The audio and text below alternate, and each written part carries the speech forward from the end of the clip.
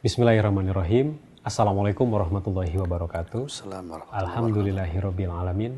Wassalatu wassalamu ala sayyidina Muhammad wa ala alihi washabihi ajmain.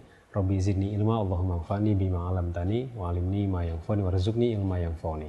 Dipancarkan dari Jalan Masjid Silaturahim nomor 36 Kalimanggis Cibubur Bekasi, Radio Silaturahim dan juga Rasil TV untuk Islam yang satu.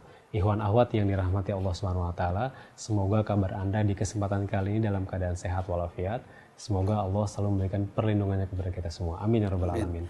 Senang sekali di kesempatan kali ini saya Angga Aminuddin dapat kembali menyapa Anda ikhwan akhwat dimanapun Anda berada dalam acara Bincang Inspiratif.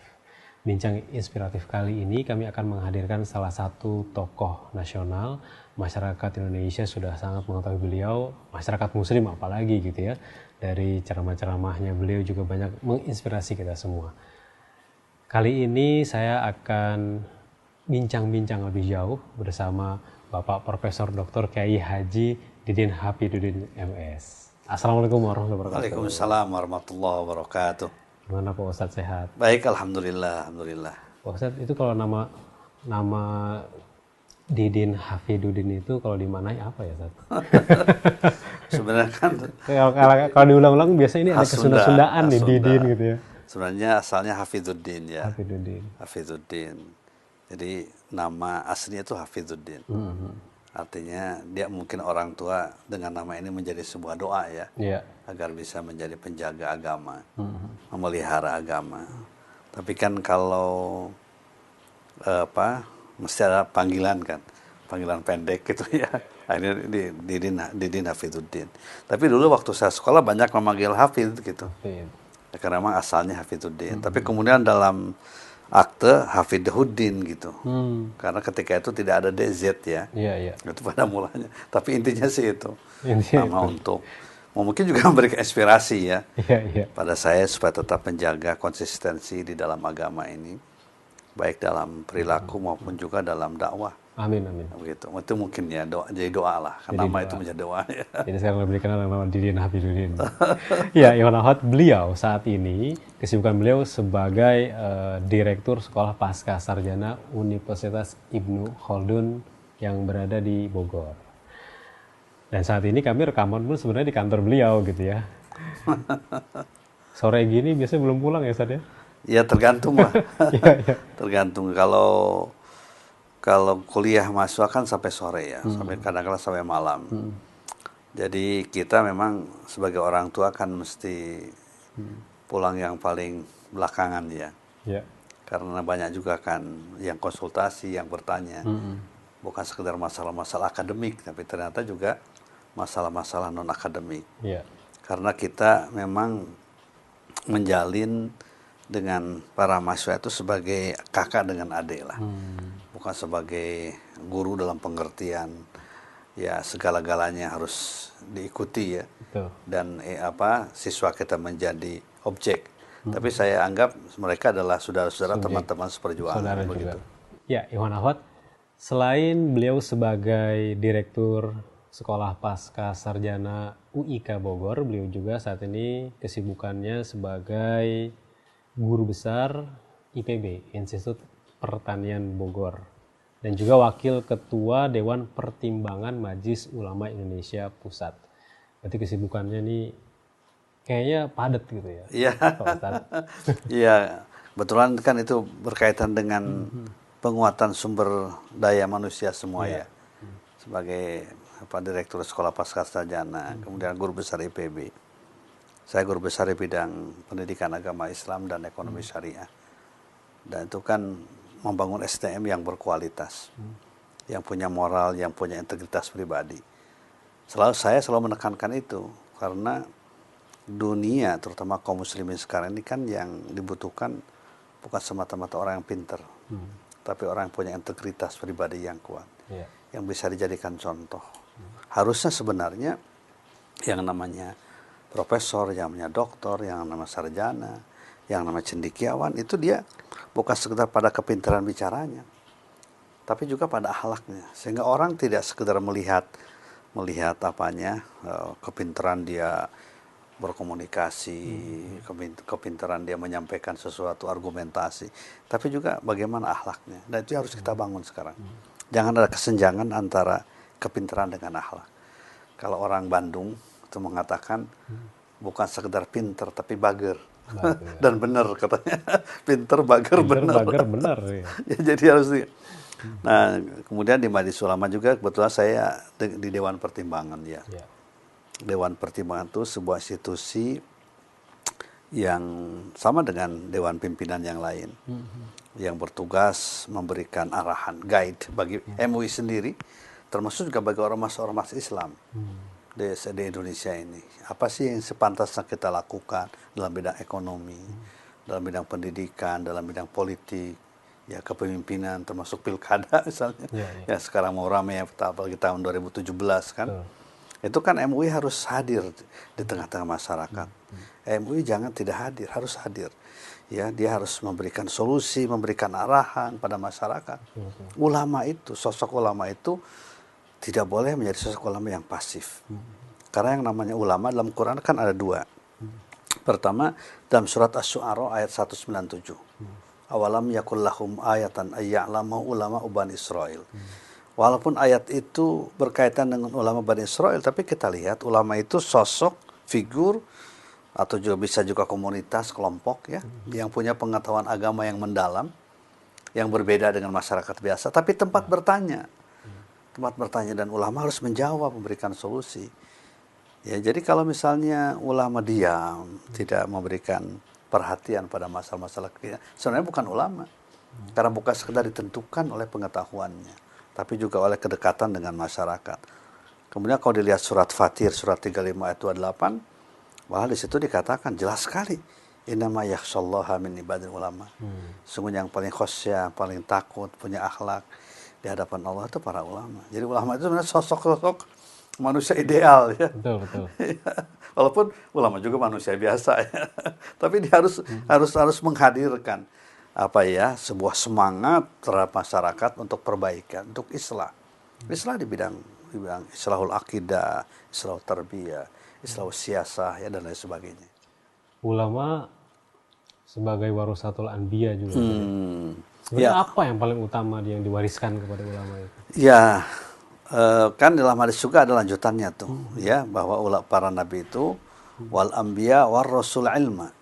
Lam yuwarisu dinarun wala dirhaman. Para nabi itu mewariskan ilmu. Ilmu tentu ilmu yang hidup ya, ilmu untuk kehidupan. Sebenarnya intinya ilmu kehidupan. Orang sering menerjemahkan yang dikatakan ilmu itu ilmu fikih, ilmu tafsir. Padahal bukan semata-mata itu. Intinya ilmu kehidupan. Nabi itu memberikan manhajul hayah, kurikulum kehidupan. Apa yang harus kita lakukan, apa yang tidak boleh kita lakukan. Nah itu tugas para ulama itu. Para ulama itu harus menjadi buku kehidupan. Bukan sekedar buku ilmu biasa gitu ya. Orang kalau bertanya soal tafsir bisa ada ahlinya.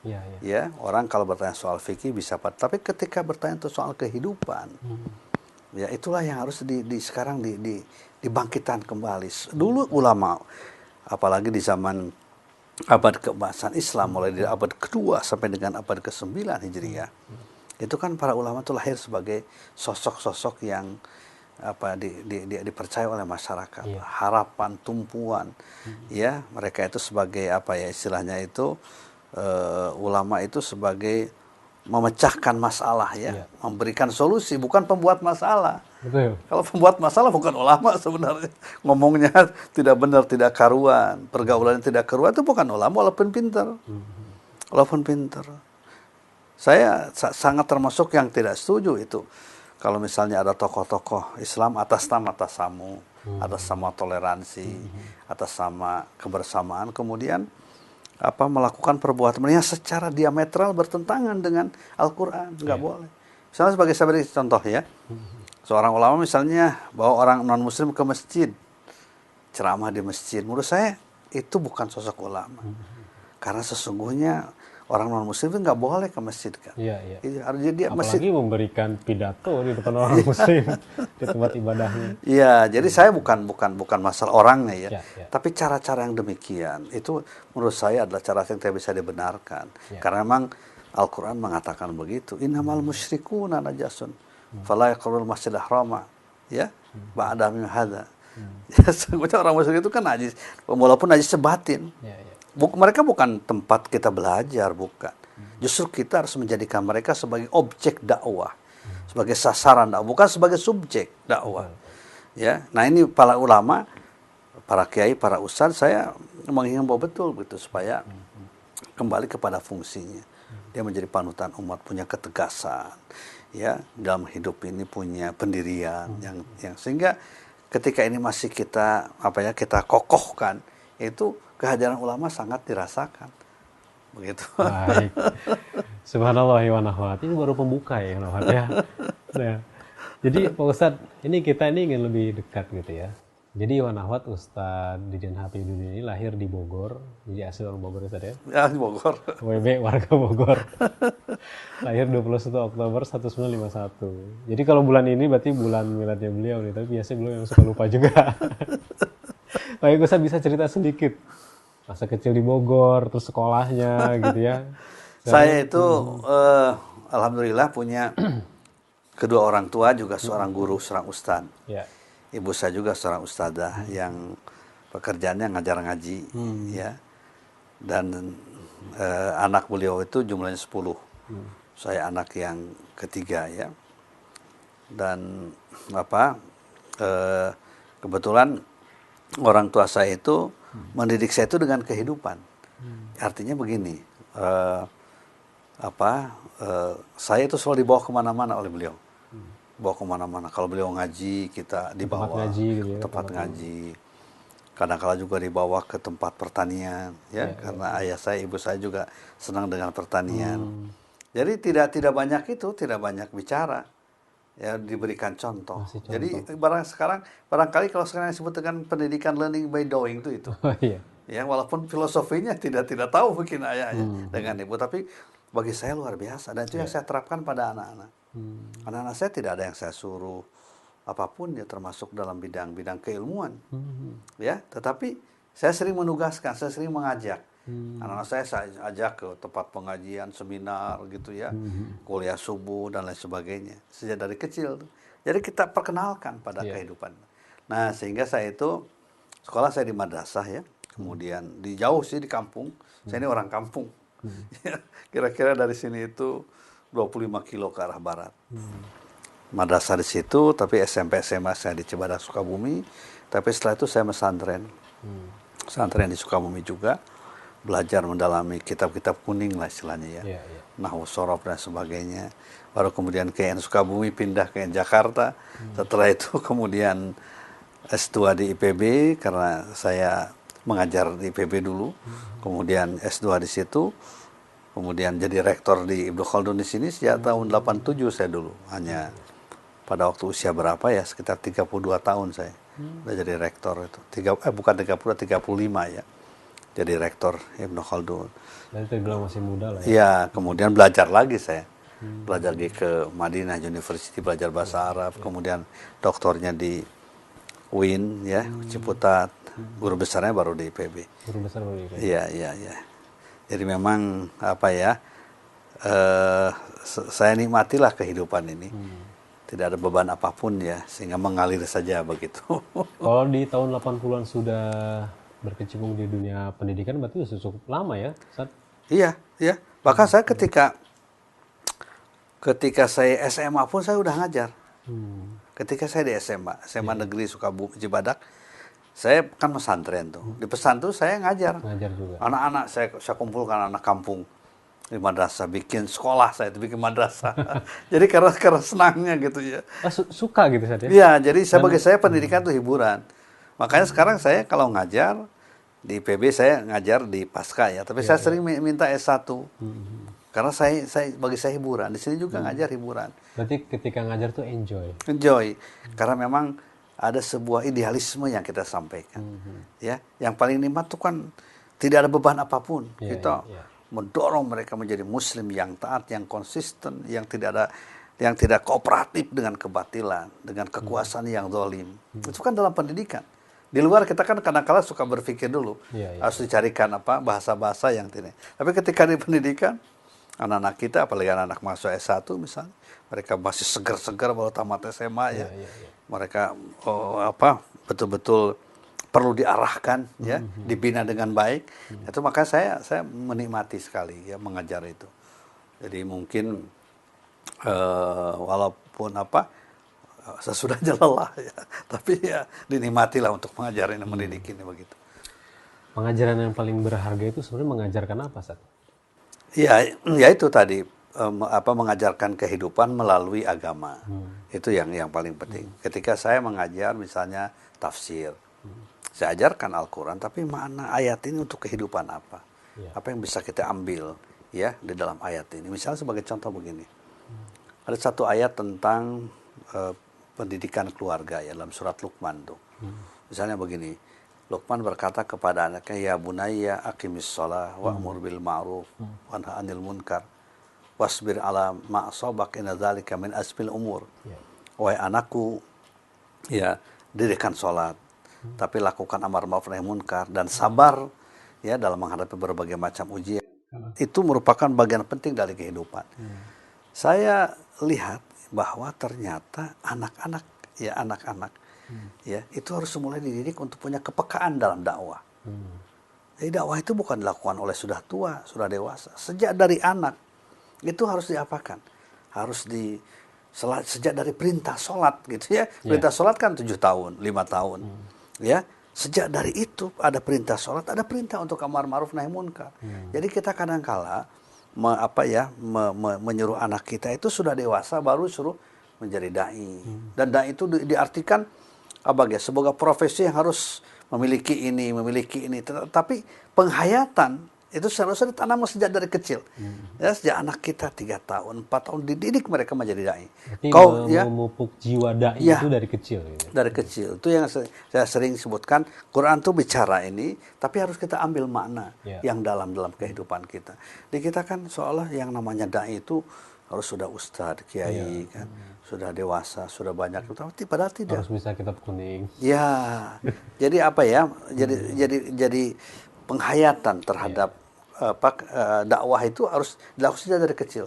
Dan saya melihat dari ayat itu bahwa sebenarnya institusi ya yang pertama yang harus membangun generasi dakwah, generasi dai itu rumah. Orang tua dan ayah dan ibu yang menjadi gurunya, yang menjadi murabbinya.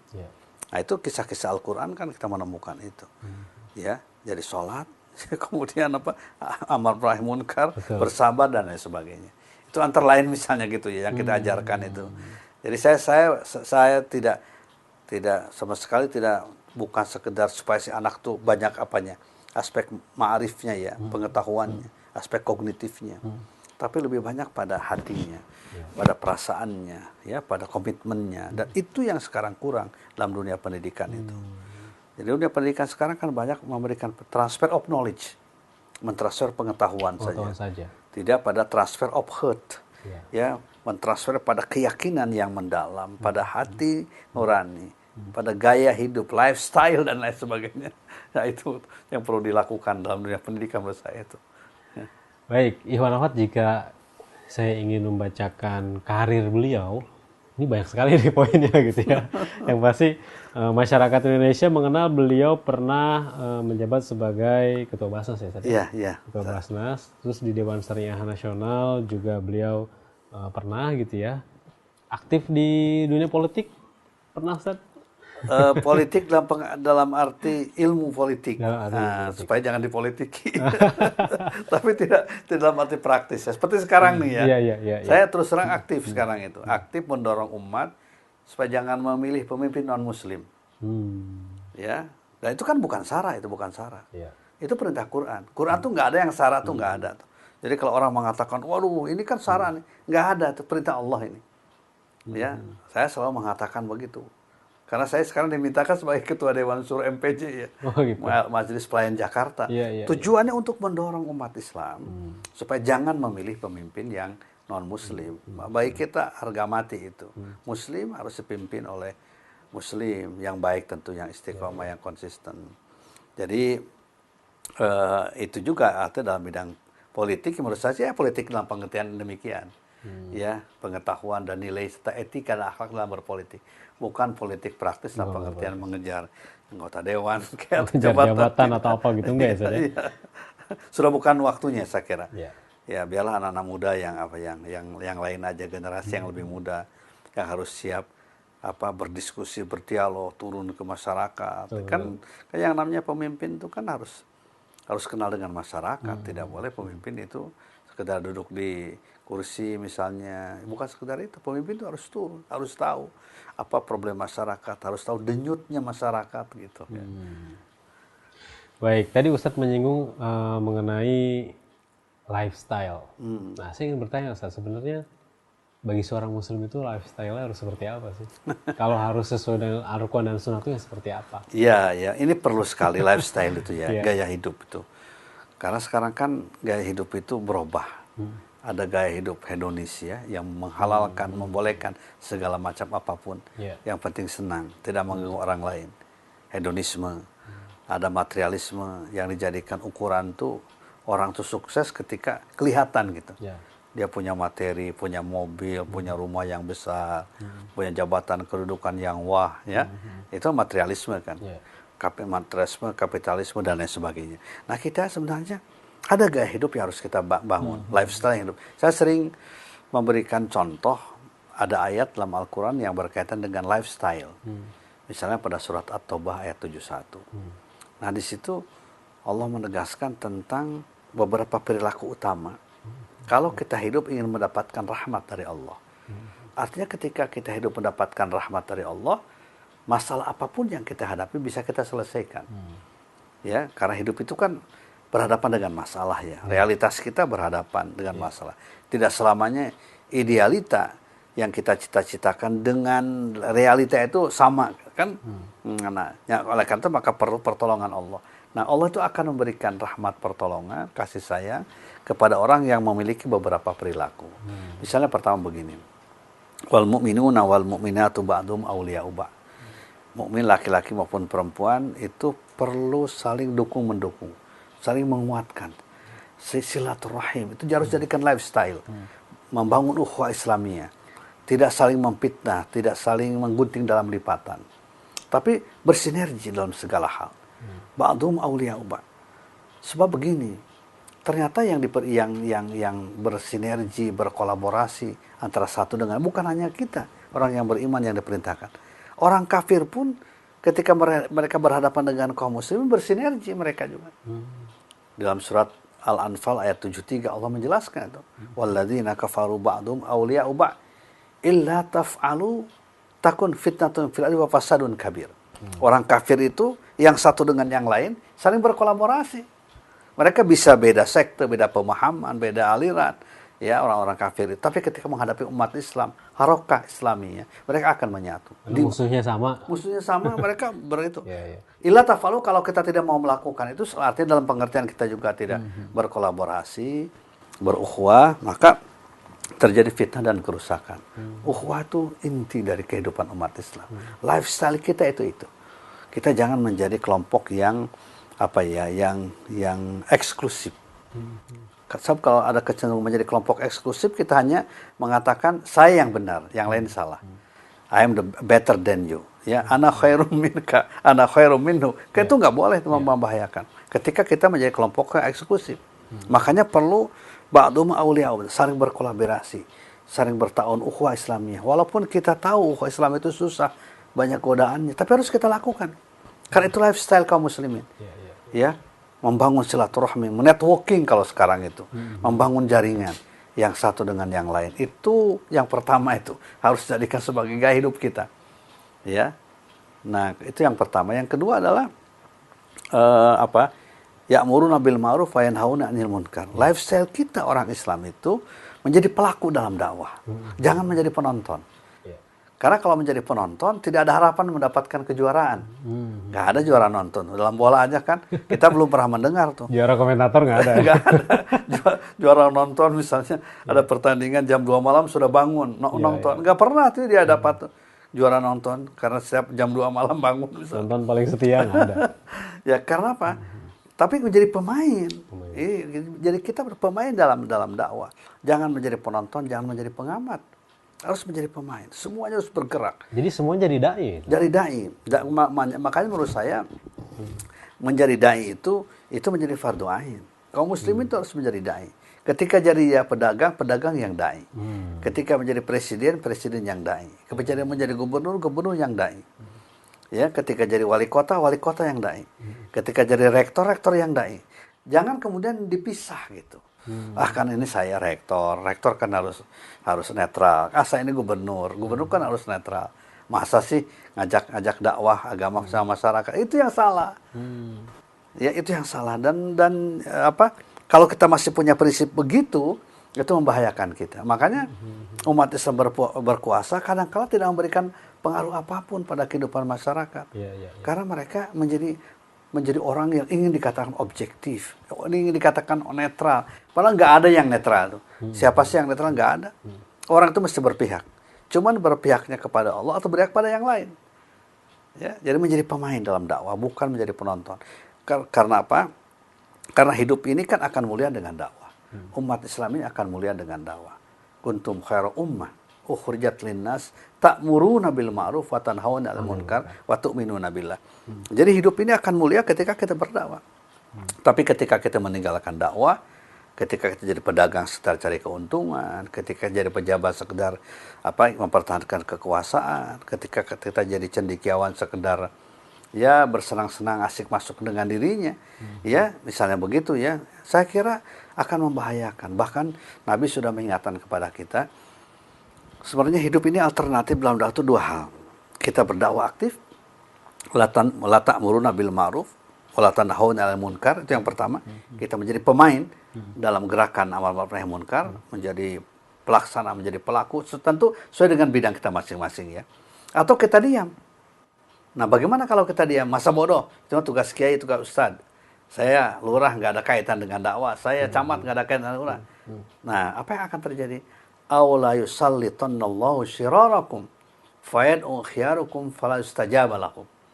Kalau kita diam menjadi penonton tadi, maka Allah akan melahirkan pemimpin yang buruk.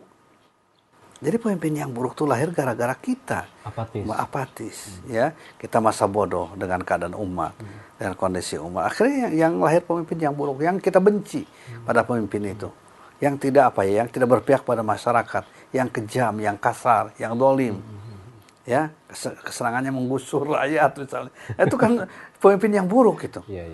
Ya, kita menjadi gelisah hidup itu, menjadi tidak tenang. Harusnya kan kelahiran pemimpin itu harusnya tenang. Ya, dan lebih bahaya lagi, fayad'u khiyarukum fala yustajaba lakum. Orang-orang baik tapi diam, berdoa kepada Allah, memohon kepada Allah, tapi doanya nggak akan dikabulkan. Dan itu adalah konsekuensi ketika ada sikap apatis. Ya, betul. Itu membahayakan. Jangan. Makanya dari awal tuh kita harus tahu, sejak dari anak kita yang kecil itu harus ditanamkan kesadaran untuk berdakwah. Karena memperbaiki keadaan, bukan sekedar untuk pribadi, untuk keadaan, untuk masyarakat dan bangsa. Nah, itu yang disebut dengan jadi memang amar ma'ruf nahi munkar itu ada konsekuensinya kan. Jadi pemain itu ada konsekuensinya, seperti pemain bola lah. Kalau menjadi penonton kan nggak ada konsekuensinya. Paling-paling ngantuk gitu ya. Tapi kalau jadi pemain bisa babak belur kan, kaki bisa patah. Ya, bisa berdarah, bisa sakit. Demikian pula. Tapi ada harapan untuk menang gitu. Menang juara. Iya, kan bisa sembuh tuh segala macam yang sakit segala macam ya. Jadi saya ingin menyerukan pada kaum muslimin, jadilah dimanapun posisi Anda, pegawai kah, direktur kah Anda, ya, tentara kah Anda, ya, itu semuanya sipil militer. Kalau yang namanya muslim, identitasnya dia menjadi dai. Membawa suara Islam, suara kebenaran, suara kebaikan, suara ukhuwah Islamiyah. Ya. Itu yang kedua, lifestyle kita yang harus kita tanamkan. Nah, Ustaz, bagaimana kalau ada yang memahami tadi, kalau Ustaz mengambil salah satu ayat surat Ali Imran ya, wa takum minkum ummatun. Iya, da'una ala khair wa ya'muru bil ma'ruf. Ya, ada yang memahami akan ada satu umat gitu. Wal takum minkum. Orang memahaminya, ya satu umat, ya nanti umat pilihannya gitu ya. Bukan termasuk saya, bukan termasuk. Nah, nanti kan ada sifat minder begitu di kaum muslimin itu gimana? Iya, karena selalu diartikan satu makna. Wal takum minkum. Min itu litab'in. Ya, begitu kan katanya. Hendaknya ada di antara sebagian kamu sekalian yang melaksanakan amar ma'ruf nahi munkar, yang mengajak pada kebaikan. Tapi ingatkan ujungnya. Wa ulaika humul muflihun. Itulah orang yang akan mendapatkan kebahagiaan. Jadi kalau nggak masuk ke sini, kan nggak akan bahagia. Nah, harusnya muslim itu masuk ke situ semua. Masuk ke sini. Oleh karena itu saya ambil tafsir yang kedua. Ya. Bahwa wal takum minkum itu bukan litabid, ya, tapi justru adalah untuk menguatkan. Jadi tafsirnya litakunu ummatan. Ya. Jadilah kalian umat yang ya'muruna bil ma'ruf wa yanhauna 'anil munkar. Kan jadi artinya wa ulaikal muflihun, itulah orang yang akan mendapatkan kebahagiaan. Ya, jadi oleh karena itu maka sekali lagi umat Islam itu harus menjadi dai, fardu ain, bukan fardu kifayah. Ya. Apapun profesi apapun profesinya dan keahliannya begitu. Ya. Nah, itu yang kedua ya, yang kedua lifestyle ya. Yang kedua. Lifestyle yang ketiga adalah wa yuqimunas shalah. Jadi kita ini harus terbiasa untuk menegakkan sholat berjamaah. Ya. Harus jadikan kebutuhan. Karena menurut saya kekuatan umat Islam itu ya pada sholat berjamaah. Ketika kita menjadikan sholat berjamaah sebagai bagian kehidupan yang utama, di situ akan ada kekuatan. Ya, jangan-jangan para pemimpin kita jarang berjamaah. Ke masjidnya itu sejumat sekali. Ini harus kita koreksi ini ya. Apalagi kalau pemimpin partai-partai Islam kan, nggak kenal dengan berjamaah. Itu saya kira musibah menurut saya. Bahaya, ya. Bahaya, sangat bahaya. Yang namanya umat Islam wa yuqimunas shalah, harus menegakkan sholat. Kita lihat kenapa di zaman Rasulullah SAW itu umat Islam punya izzah. Tidak bisa diintervensi oleh kafir, oleh Yahudi. Tapi begitu luar biasa kasih sayangnya dengan sama Muslim. Ternyata karena mereka sering ruku sujud bersama-sama. Itu diungkapkan oleh Allah pada surat Al-Fatah, surat ke-48 ya. Ayat yang terakhir, ayat 29 kalau tidak salah. Muhammadur Rasulullah walladzina ma'ahu asyidda'u 'alal kufar ruhama'u bainahum tarahum. Nah itu.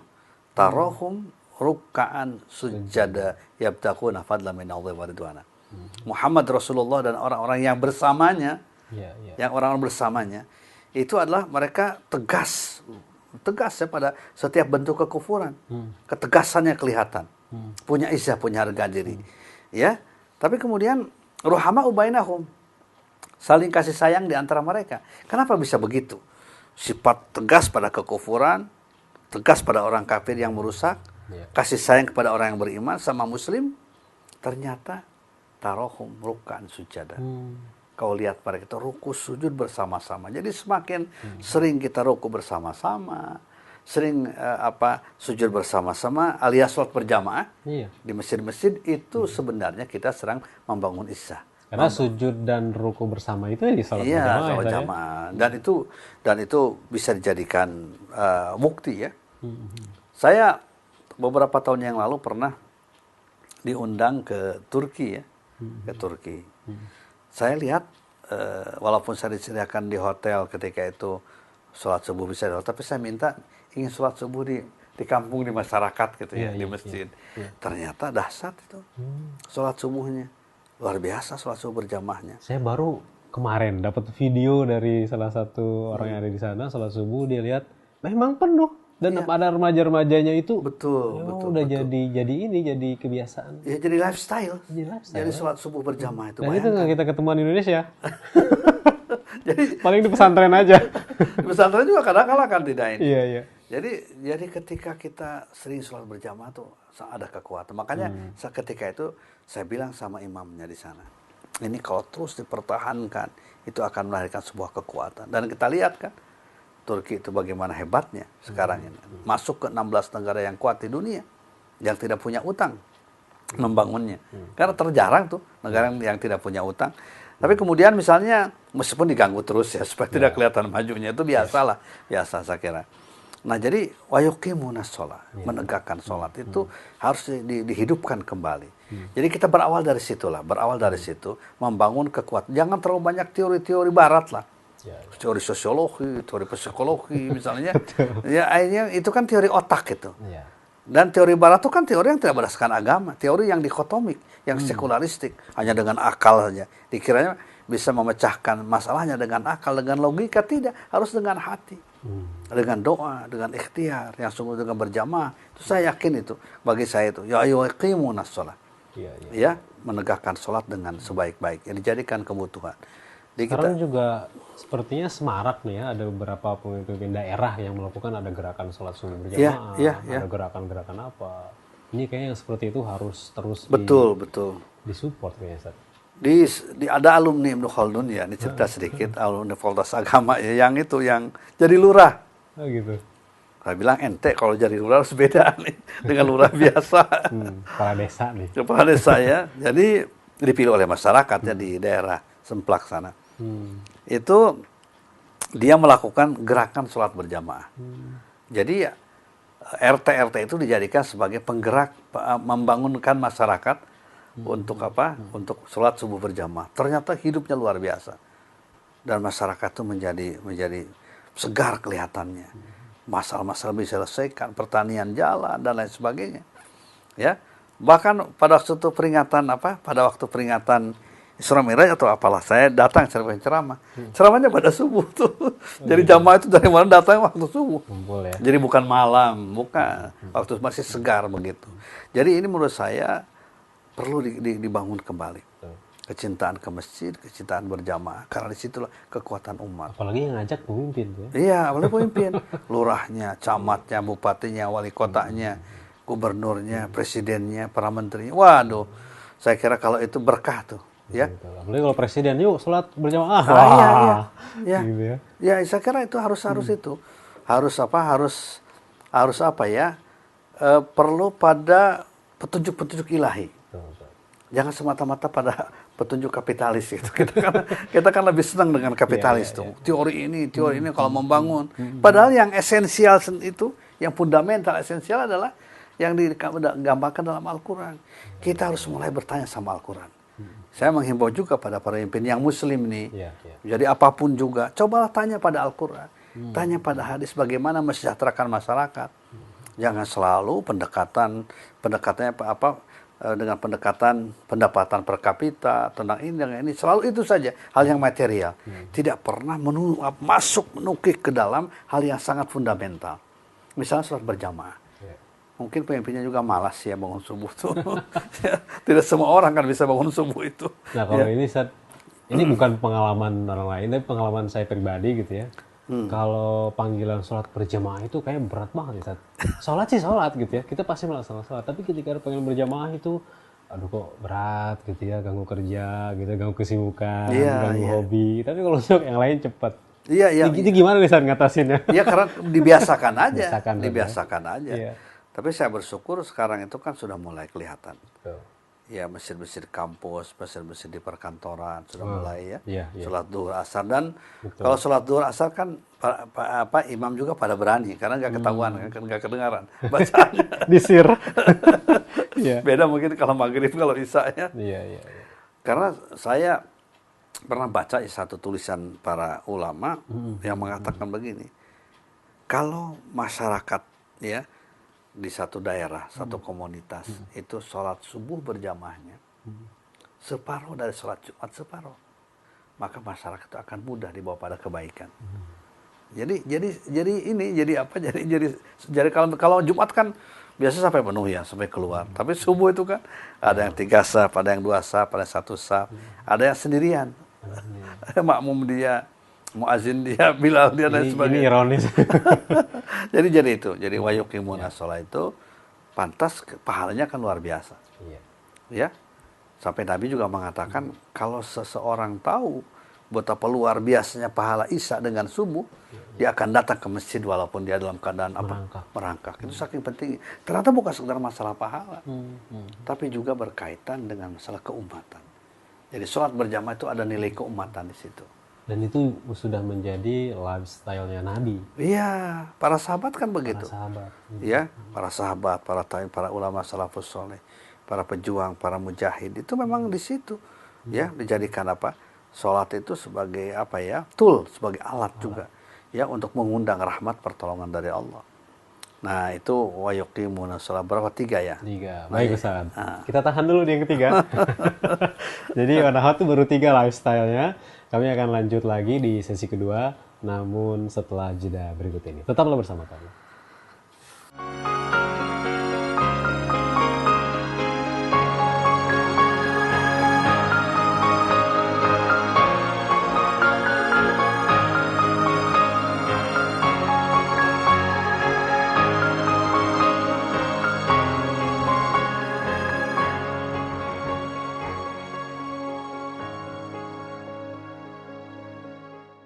Radio Silaturahim dan juga Rasil TV untuk Islam yang satu, Ikhwan Akhwat yang dirahmati Allah SWT. Terima kasih masih bersama kami dalam acara Bincang Inspiratif. Tokoh kita kali ini adalah Bapak Profesor Dr. Kiai Haji Didin Hafidudin.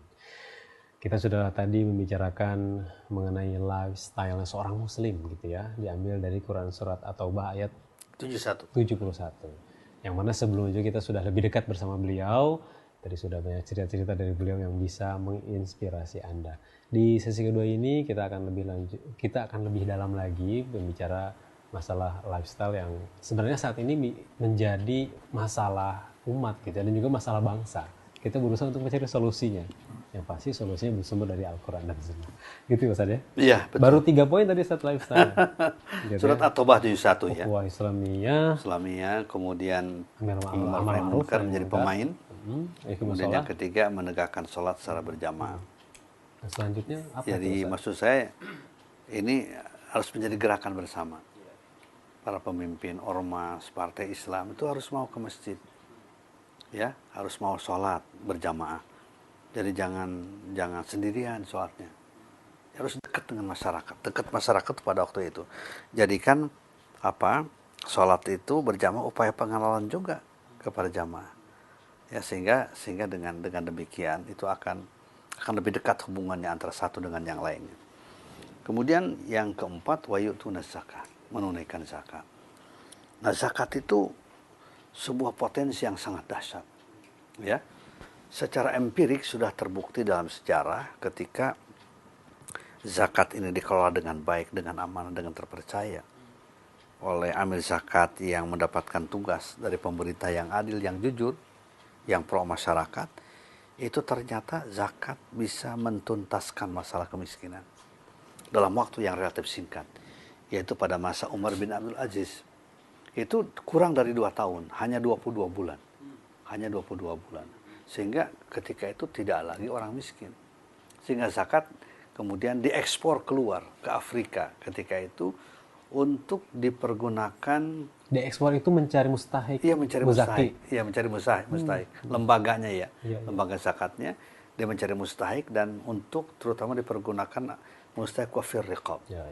Memerdekakan budak bulian yang ketika itu banyak di berbagai macam negara. Nah, sekarang pun juga di Indonesia saya yakin bahwa potensi zakat itu sangat besar. Kalau melihat penelitian yang pernah dilakukan oleh Basnas bekerja sama dengan Fakultas Ekonomi Manajemen IPB yang didukung oleh IDB, Islamic Development Bank, itu bahwa potensi zakat di Indonesia itu setahun 217 triliun.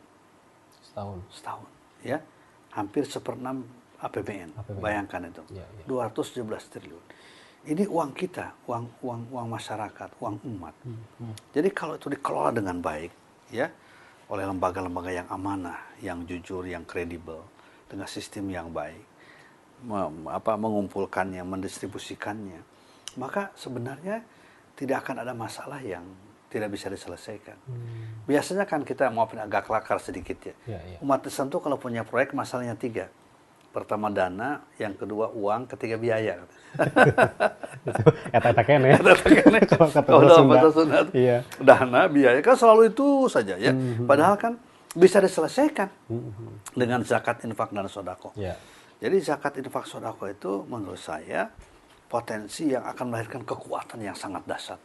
Kalau umat Islam mau melakukannya dengan baik. Oleh karena itu maka perlu ada 5 langkah untuk menggali potensi zakat, infak, sodako yang begitu besar ini. Apa 5 langkah itu? Yang pertama adalah sosialisasi edukasi. Perlu dilakukan 100-menerus pada umat, pada masyarakat dalam berbagai semacam simpul masyarakat, di kantor, di masjid, ya, di tempat-tempat kerja, bahwa Mereka itu kalau punya penghasilan, keluarkan zakatnya. Kalau misalnya tidak nisab, ya keluarkan infaknya. Ya, kan bukan untuk kita sebenarnya kan, tapi untuk apa, bukan semata-mata untuk penerima, tapi juga untuk kita ya ke depan di akhirat juga demikian. Jadi sosial edukasi bahwa zakat itu bukan mengurangi. Ya, coba dalam Al-Quran itu Allah membuat satu komparasi, perbandingan antara riba atau bunga dengan zakat. Kalau riba itu kan bertambah, ya, punya uang 100 juta ditambah sekian persen dengan riba, dengan bunga itu, ya. Tetapi kalau zakat kan berkurang secara nominal. Tapi apa yang dijelaskan oleh Allah dalam surat Ar-Rum 39, ya, wa ma ataitum min riban liyarbu fi amwalin nas fala yarbu indallah. Harta yang kalian ribakan supaya berkembang dalam pandangan manusia tidak pernah berkembang dalam pandangan Allah. Jadi tidak ada keberkahan dalam riba itu, dalam bunga itu. Makanya sistem ekonomi kita menurut saya kalau masih menganut sistem bunga, sistem riba, nggak akan berkah, nggak akan bisa menyelesaikan masalah. Utang tambah banyak. Makanya saya menghimbau sebenarnya kepada pemimpin Muslim untuk keluar dari sistem riba.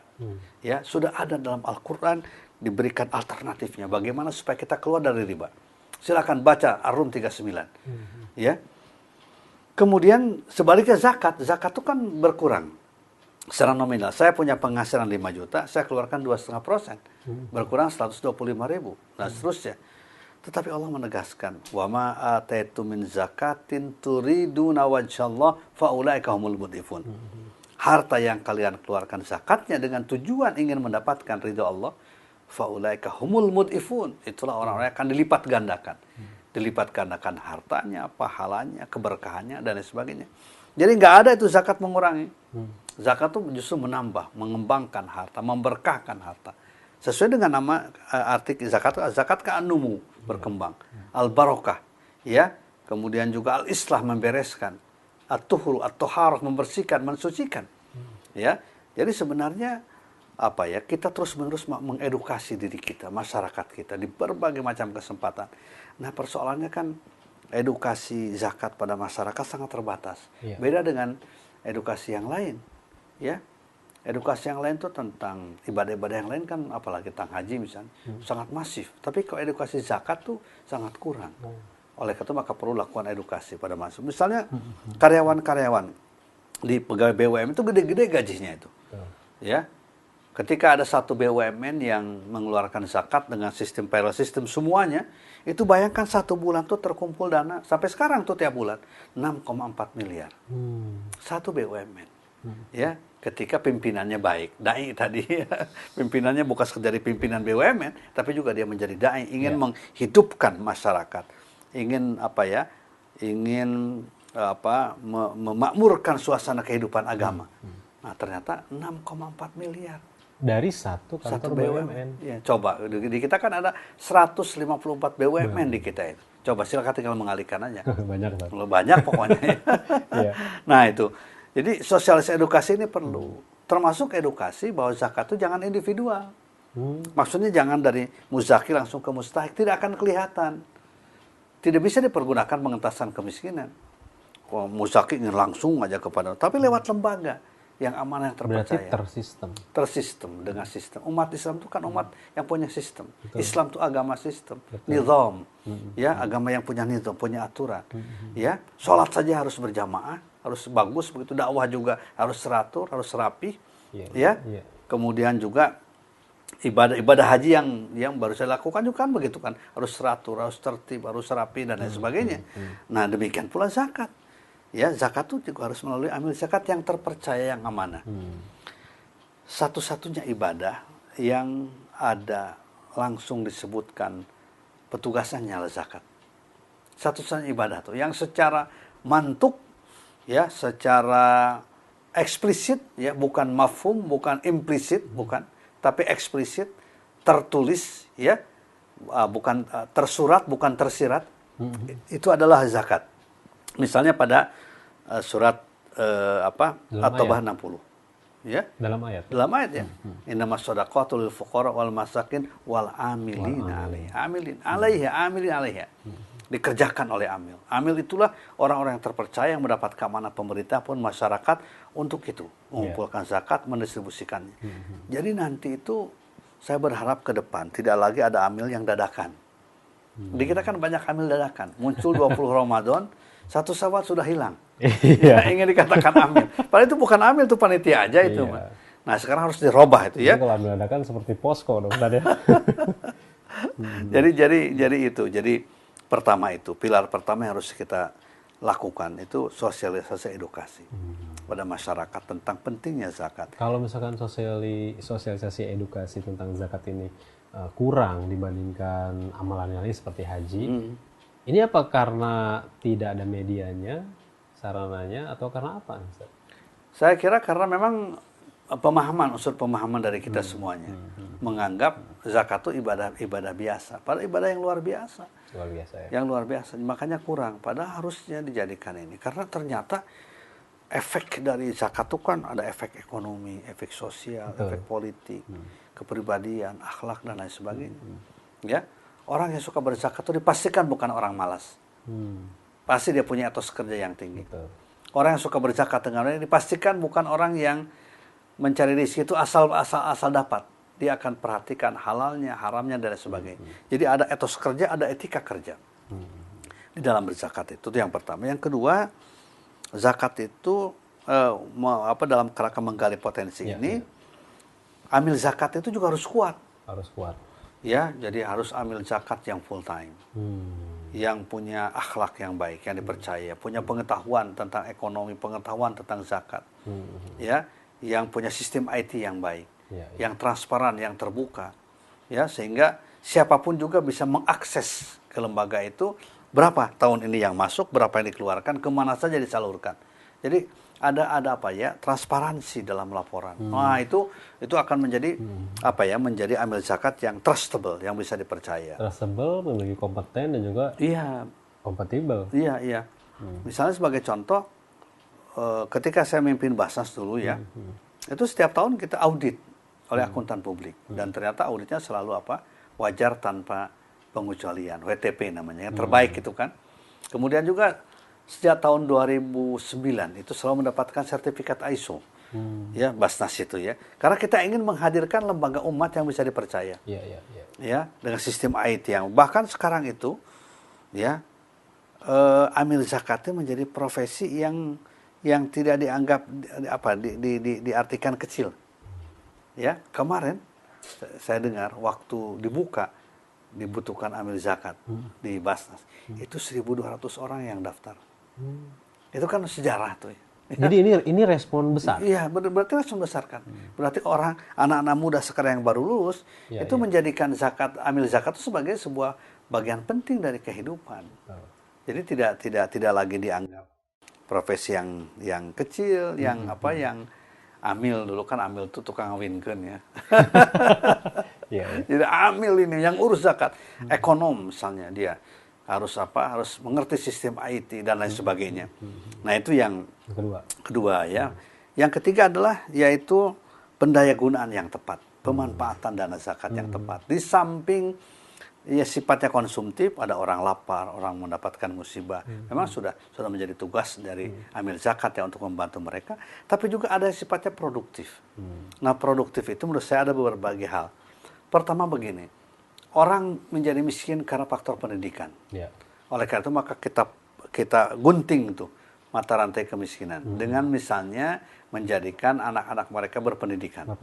Berikanlah beasiswa kepada mereka. Karena sudah terbukti tahun 2014 saya mencoba mengumpulkan mustahik yang menjadi muzaki. Ya, penerima menjadi pemberi. Itu di tempatnya ketika itu di Balikpapan. Saya kumpulkan semua Basnas seluruh Indonesia ya. Membawa masing-masing beberapa orang bukti nyata bahwa mustahik itu bisa dijadikan muzaki. Bukan sesuatu utopia. Bisa secara empirik bisa dibuktikan. Berarti kan ada pendayagunaan. Ada pendayagunaannya itu. Dan misalnya juga ada pembinaan. Pembinaan betul. Seperti beasiswa. Itu ternyata banyak. Bahkan ada 2 orang dokter yang dia mendapatkan sejak dari SMA masuk ke kedokteran, dapat beasiswa dari Basnas setempat. Ya, ternyata kemudian menjadi dokter dan dia kerja di puskesmas, menjadi penggerak zakat di situ. Itu kan luar biasa ya. Ada kemudian tukang jahit ya, yang dia bisa punya karya menjahit tapi tidak punya mesinnya, dikasih mesinnya. Ternyata dalam waktu 4 tahun 48 karyawannya. Jadi artinya bisa ya, kita bisa melakukan tadi dengan catatan diberi modal yang sifatnya produktif, kemudian di samping diberikan modal juga dibina, didampingi, didekati dan lain sebagainya. Nah, pendayagunaan yang jelas itu pertama pendidikan, yang kedua ekonomi. Pendayagunaan itu maksudnya adalah para pedagang kecil ya, yang sekarang mereka susah sebenarnya hidupnya. Ya, itu harus diberikan apa? Keterampilan, harus diberikan dana, harus diorganisir supaya mereka baik. Begini ya, saya ingin juga menyampaikan kepada kaum muslimin bahwa kita ini sekarang punya masalah besar dalam bidang ekonomi. Ya, dengan kehadiran Alfamart, Indomart ya, yang menggusur semua warung-warung kecil yang punya umat, itu kan tergusur sekarang. Coba apa yang terjadi? Saya baca dalam sebuah laporan ya, ternyata Alfamart, Indomart setiap tahun dia punya keuntungan bersih 40 triliun. Uang siapa tuh? Uang umat. Karena umat sudah tidak lagi ke situ bayar ya, tidak lagi beli ke toko-toko warung kecil. Itu harus dilindungi oleh kita. Kebijakan pemerintah juga harus mendukung itu. Nah, badan-badan zakat harusnya bisa memberikan permodalan, harus memberikan keterampilan, menguatkan pendidikan mereka dan lain sebagainya. Jadi seperti pernah dilakukan oleh sebuah bank syariah di Jakarta. Ya, dengan dana zakat itu dikumpulkan beberapa puluh orang sehingga menjadi agak lebih profesional cara berdagangnya, mengemasnya, ya, dan lain sebagainya supaya lebih menarik perhatian. Jadi pendidikan, ekonomi. Yang ketiga kesehatan. Orang bisa menjadi miskin kan gara-gara sakit kan. Makanya badan amil zakat harus bergerak di situ di bidang kesehatan. Begitu orang sakit, dia harus yakin dia bisa diobati. Dia yakin ada lembaga yang menanggung untuk bisa. Makanya kemudian ada rumah sakit gratis. Didirikan di mana-mana oleh Badan Amil Zakat. Rumah sehat gratis, betul-betul gratis untuk kaum duafa. Gratis dokternya, gratis obatnya, gratis segala macamnya. Ya. Jadi saya sering menyebutnya rumah tanpa kasir. Rumah sakit tanpa kasir. Karena gratis. Gratis ya. Pokoknya orang kaya nggak boleh sakit di situ. Itu hanya untuk orang-orang miskin. Yang tidak mampu. Yang tidak mampu. Dan diberikannya juga bukan sekedar yang sakit, yang nunggu juga. Karena biasanya begini, mohon maaf ini ya. Biasanya kalau orang miskin sakit di rumah sakit, yang nunggunya banyak. Banyak itu yang nunggunya. Ya, ketika si yang sakit ini sembuh, ini yang nunggunya sakit. itu sering terjadi. Saya kadang-kadang suka geli tapi sedih gitu melihat kondisi begini ya. Akhirnya saya bilang ke teman-teman kata itu, yang nunggu juga harus diberikan perhatian. Karena itu mereka punya hak kan. Mereka mustahik, mereka orang miskin. Kesehatan. Jadi sekali lagi, pertama pendidikan, yang kedua ekonomi, kemudian yang ketiga kesehatan, yang keempat ibadah, agama. Jadi artinya kita tidak ingin mustahik menjadi muzaki tapi nggak sholat gitu. Atau beli rokok ya. Saya termasuk yang anti merokok, sangat benci pada orang. Ya karena itu merusak kehidupan umat. Jadi misalnya banyak orang yang tidak bisa punya pendidikan yang baik ketika misalnya tidak disentuh pendidikannya, ekonominya, kesehatannya dan sebagainya. Kemudian juga ibadahnya kan harus itu. Buat apa misalnya kita melahirkan orang-orang yang banyak bisa usaha tapi tidak sholat? Kita latih infak mereka itu supaya mereka juga menjadi munfik, mereka menjadi muzaki, dilatih gitu. Ya jangan menunggu lah kalau mau berinfak tuh jangan nunggu kaya, nggak akan kaya. Ya lebih baik kita dari sekarang dan latih diri kita kalau mau berinfak itu jangan dengan infak yang uang recehan. Yang kalau dimasukkan ke keropak tuh kedengaran. Kayak uang yang bisa melayang. Jadi harus mulai dilatih itu anak-anak kita pun ya, bukan sekedar mustahik, anak-anak kita pun juga kalau berinfak itu mulailah misalnya 10.000, 20.000, 50.000. Jangan berinfak itu 1.000 yang sudah rusak misalnya, ya, atau 500 atau apa. Itu saya kira nggak mendidik itu. Alasannya ikhlas. Ya, yang penting ikhlas. Ikhlas itu bukan begitu ya. Itu disalahartikan ikhlas itu. Nah, jadi saya kira 4 hal ini dalam program pemberdayaan. Kemudian unsur yang keempat, tadi kan sosialis edukasi, penguatan amil, kelembagaan, pendayagunaan. Yang keempat regulasi aturan. Ini kaitannya sama pihak yang terkait. Iya, yang terkait. Jadi aturannya bisa aturan dari dalam, dari masyarakat, ya, aturannya juga dari pemerintah, ya, dari lembaga, supaya maksudnya pemerintah mendukung. Sekarang yang memiliki otoritas apakah sudah berjalan? Ya, belum sepenuhnya ya. Nah, jadi artinya misalnya bupati bikinlah SK bupati, peraturannya mewajibkan orang-orang kaya di situ berzakat melalui Basnas misalnya. Wali kota bikin surat edaran. Sama dengan di kantor. Ya, ketika pimpinannya dia membuat edaran yang mewajibkan semua muslim yang memenuhi syarat untuk berzakat, kan luar biasa dampaknya. Jadi regulasi, undang-undang, peraturan itu menjadi penting. Nah, kemudian yang kelima yaitu yang disebut dengan sinergi tahun. Ya, jadi mesti ada sinergi tahun sehingga menjadi gerakan zakat itu menjadi gerakan para alim ulama, gerakan para tokoh, gerakan umat, harus sinergi. Ya, misalnya dengan sekolah, dengan masjid, dengan perguruan tinggi, dengan kampus, ya, dengan orang Islam, harus diadakan sinergi. Tauhidul ummah bitauhidi masarifiz zakah misalnya, ya, atau menyatukan umat dengan penyatuan gerakan di dalam menguatkan zakat, menguatkan ekonomi. Itu akan lebih akan lebih cepat gitu. Ya, akan terjadi akselerasi dalam pengertian masyarakat kita berdayakan, tapi juga dalam pengertian persatuan kesatuan umat, kan ujungnya kita ke sana, ke persatuan kesatuan umat. Tapi jangan hanya bicara harus bersatu, harus tidak. Ada langkah-langkah praktis yang kita lakukan. Nah, ini semuanya menjadi lifestyle. Lima. Baru 4. Oh iya, 4. Ya, jadi 4 itu sudah menjadi lifestyle. Kemudian yang kelima, yang terakhir, wa yuti'unallah wa rasulah. Ada kedudukan kepatuhan kepada Allah dan Rasulnya, sam'an wa ta'atan. Nah, kalau sudah 5 lifestyle itu, maka ya, mereka itulah orang-orang yang akan mendapatkan ulaika yarjuna rahmatullah. Mereka lah orang-orang yang akan mendapatkan rahmat Allah, karunia dari Allah. Allah akan memberikan kemudahan dalam urusan kehidupan. Allah akan memberikan way out, jalan keluar, pribadi, keluarga maupun masyarakat dan bangsa kita.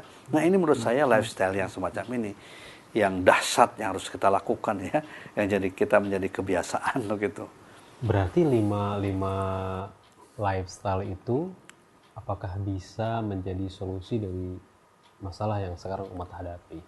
Saya yakin gitu. Saya yakin bisa, insya Allah ya.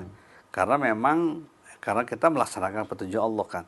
Kalau Allah memang menyatakan dalam ayat yang demikian, ya, kalau kita laksanakan secara konsisten, secara bersama-sama, saya yakin ujungnya adalah apa yang dijanjikan Allah itu akan menjadi sebuah kenyataan. Allah akan memberikan pertolongan. Ya, karena janji Allah kan, Allah pasti akan memberikan pertolongan. Wa kana haqqan 'alaina nasrul mu'minin. Wajib bagi kami nasrul mu'minin. Ya, untuk menolong orang-orang yang beriman dalam menghadapi berbagai macam kesulitan kehidupannya. Tapi mukmin yang bagaimana? Yang tadi, yang punya lifestyle itu. Betul. Nah, itu maksudnya, ya. Kalau sudah punya lifestyle, saya kira insya Allah ya bisa diselesaikan masa-masa keumatan ini. Nah, Iwan Ahwat, itu harus menjadi lifestyle kita sebagai seorang muslim. Tapi kita juga diserang oleh infiltrasi budaya. Betul. Ini gimana nih, Ustaz, membentenginya nih, Ustaz? Ya itu, kalau menurut saya sih pasti itu akan terjadi ya. Yang namanya intervensi, infiltrasi itu akan selalu ada. Karena memang musuh-musuh Islam itu kan dari sunnatullahnya memang begitu. Tidak pernah kebaikan itu tidak menghadapi tantangan. Tapi kita jangan kalah oleh tantangan. Ya, perkuat diri kita. Karena menurut saya kemenangan non-muslim bukan karena kekuatan mereka, tapi karena kelemahan umat. Jadi sekarang kalau umat ini diperkuat, kesatuannya, persatuannya, ibadahnya, ekonominya, pendidikannya, politiknya diperkuat, ya, tidak akan bisa diintervensi. Ya, tidak akan bisa diinfiltrasi tadi oleh kekuatan apapun. Kekuatan asing manapun, termasuk kekuatan asing yang selalu menghadangkan kebangkitan umat ini. Betul. Saya yakin begitu. Makanya sekarang kita tugas kita bagaimana membangun kekuatan umat ini, ya, generasi mudanya, para tokohnya, para ustadz, para kiai, para aktivis, coba kita bangun kekuatan umat, ya, sehingga kekuatan luar yang datang yang pasti itu kan sudah begitu pasti akan terjadi, ya, kita siap menghadapinya. Saya yakin itu ya akan dengan kekuatan itu. Baik. Subhanallah, Iwan Ahwat, tidak terasa sudah 1 jam gitu ya. Banyak sekali ilmu yang sudah diberikan oleh Ustadz Didin ini. Apalagi tadi ketika menjelaskan mengenai wayutuna zakat, seluruh konsepnya memang beliau sudah sangat hafal dan sudah dijalankan ya waktu menjabat sebagai ketua Basnas. Tinggal kita Iwan Ahwat, apakah 5 lifestyle tadi akan kita amalkan? Kalau diamalkan pasti itu menjadi satu jaminan tadi kebahagiaan ya, karena akan mendapatkan rahmat dari Allah Subhanahu Wa Taala. Baik Ustadz, sebagai penutup, apa yang ingin disampaikan kepada ikhwan dan akhwat pendengar dan pemirsa Rasil? Ya, para pendengar pemirsa Rasil, saya kira kita memang hidup pada sebuah situasi dan kondisi banyak tantangan, banyak masalah yang kita hadapi. Tetapi umat Islam itu tidak boleh dia putus asa dalam menghadapi berbagai macam tantangan. Karena putus asa bukan kamus kehidupan Muslim, bukan kamus kehidupan orang yang beriman. Orang yang beriman terus berbuat, terus beribadah, terus menguatkan dirinya, ya, kemudian terus beramal, terus mempersembahkan yang terbaik dalam hidup ini, dalam bidang kita masing-masing. Di samping kita menguatkan kesatuan, persatuan, menguatkan ibadah berjamaah dan lain sebagainya, insya Allah kalau kita lakukan itu semuanya, ya, kita akan mendapatkan kemenangan futuh dari Allah Subhanahu Wa Taala. Saya yakin itu. Dan kita tidak boleh kemudian sekali lagi tidak boleh putus asa, tidak boleh menyesali, tidak boleh menyalahkan orang lain. Sekarang sudah waktunya kita memperkuat diri kita, internal kita, keluarga kita perkuat, lembaga-lembaga yang ada pada diri kita kita perkuat. Mudah-mudahan Allah akan memberikan taufik hidayah kepada kita semuanya. Assalamualaikum warahmatullahi wabarakatuh. Waalaikumsalam warahmatullahi wabarakatuh. Demikianlah Iwan Ahwat bincang inspirasi kami bersama Bapak Profesor Dr. Kiai Haji Didin Hafidzuddin. Semoga banyak ilmu yang didapat. Ustadz, terima kasih banyak Ustadz. Sama-sama. Jazakallahu khair. Mudah-mudahan nanti bisa berlanjut lagi ya, Insyaallah, kita belajarnya nih ya. Insyaallah. Semoga selalu diberikan kesehatan Ustadz oleh Allah. Amin. Iwan Ahwat, demikianlah acara ini. Saya ditemani oleh Muhammad Haidar dan juga Atep, nama aslinya Setiabudi Atep nih ya, di kameramen.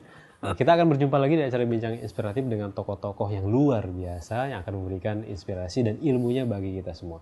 Saya Angga Aminuddin undur diri. Billahi taufik wal hidayah. Subhanakallahumma wa bihamdika asyhadu an la ilaha illa anta astaghfiruka wa atubu ilaik. Assalamualaikum warahmatullahi wabarakatuh. Assalamualaikum warahmatullahi wabarakatuh.